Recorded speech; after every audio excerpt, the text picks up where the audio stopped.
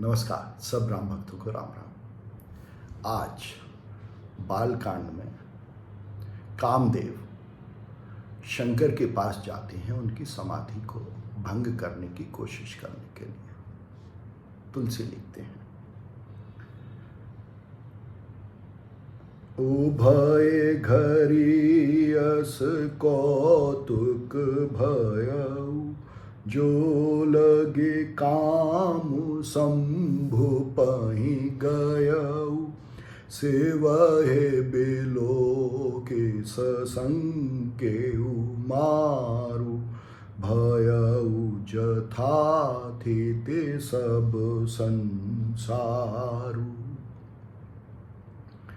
काम जब शंभु के पास पहुंचते हैं तो शंभु की समता को, शंभु को ध्यान में देख के कामदेव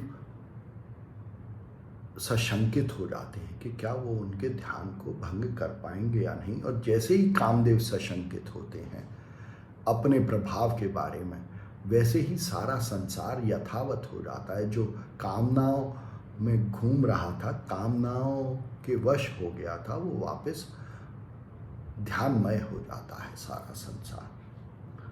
तुलसी लिखते हैं, भये तुरत सब जीव सुखारे, जेमे मद उतरे गए मतवारे, रुद्र है देखे मदन भय माना, दुराधर्ष दुर्गम भगवाना।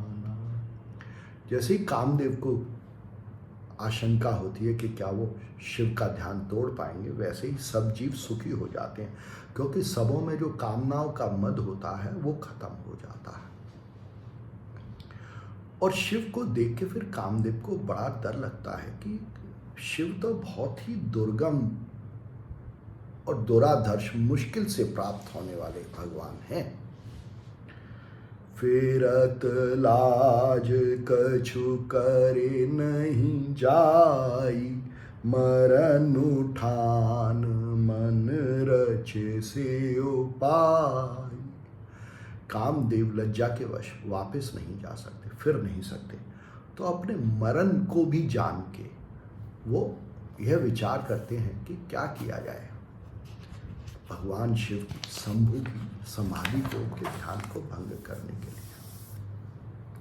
सकल कला करे कोटि विधि, हारे उसैन समेत, चली न चल समाधि सेव, को पेउ हृदय निकेत।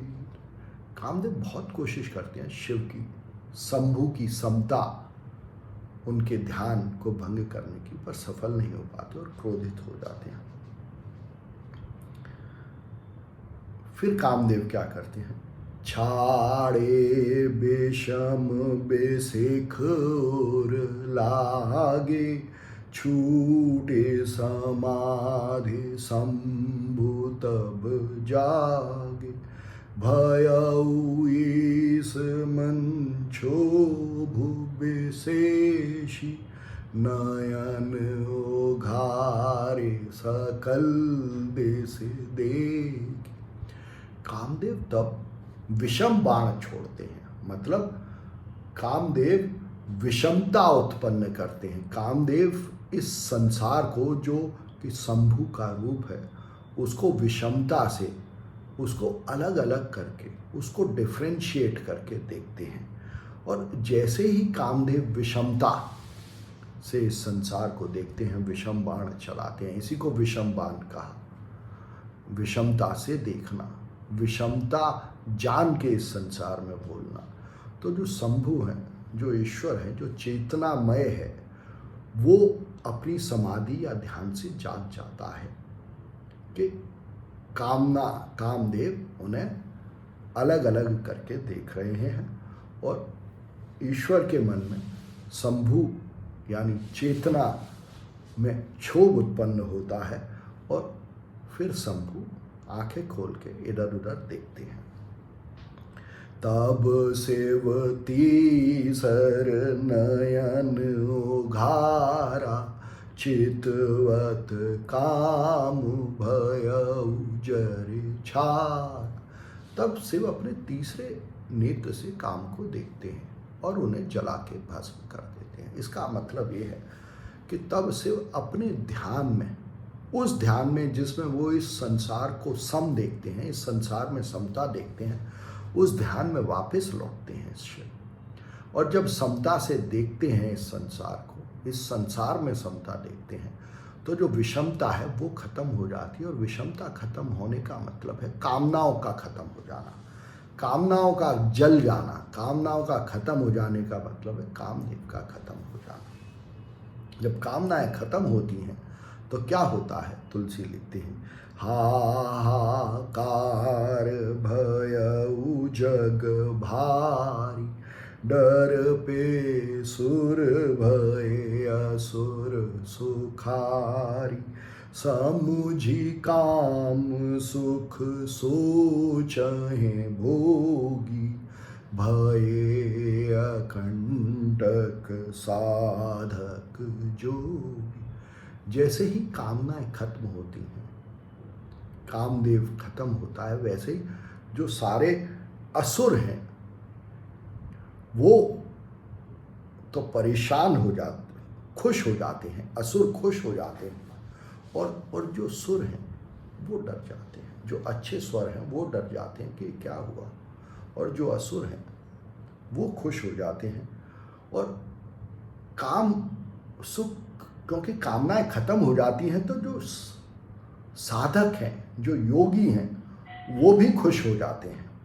वो काम सुख को सोच के, क्योंकि कामनाओं का सुख अब नहीं मिलेगा, तो जो भोगी हैं वो सोच बस हो जाते हैं। और जो योगी हैं वो,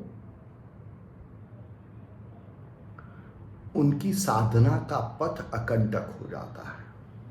तुलसी लिखते हैं, जोगी अकंटक भय, पति गति सुनत रति मूर्छित भई, रोदति बदति बहु भांति करुणा, करति शंकर पहि गई। तो जो योगी हैं उनके रास्तों के तो कांटे खत्म हो जाते हैं, क्योंकि बिना कामनाओं के वो बहुत आराम से अब ध्यान कर सकते हैं, योग कर सकते हैं। और यह सुनकर, कामनाओं का खत्म होना सुनकर, कामदेव का खत्म होना सुनकर, कामदेव की जो पत्नी है रति, जिससे कि कामना उत्पन्न होती है, जिसकी की कामनाओं में रति है, वो मूर्छित हो जाती है। और वो बहुत प्रकार से रोती हुई शंभु के पास, शंकर के पास जाती है।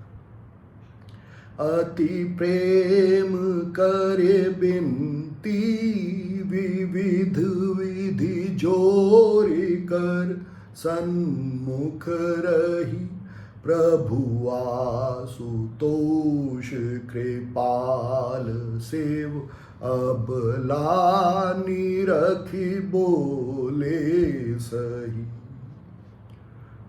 कामदेव की पत्नी रति शंकर से, शंभु से बहुत प्रकार से विनती करती है, उनके सम्मुख खड़े होके। तो भगवान आशुतोष, जो थोड़े में ही संतुष्ट होने वाले हैं, यही आशुतोष का मतलब है।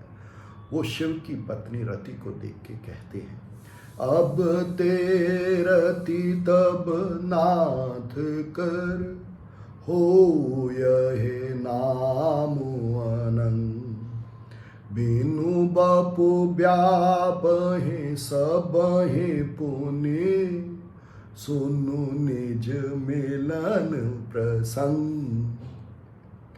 शंकर रति से कहते हैं कि अब तुम्हारे पति कामदेव का नाम अनंग होगा, और वो बिना शरीर के ही लोगों को व्यापेगा, मतलब उनको कामनाओं के रूप में परेशान करेगा।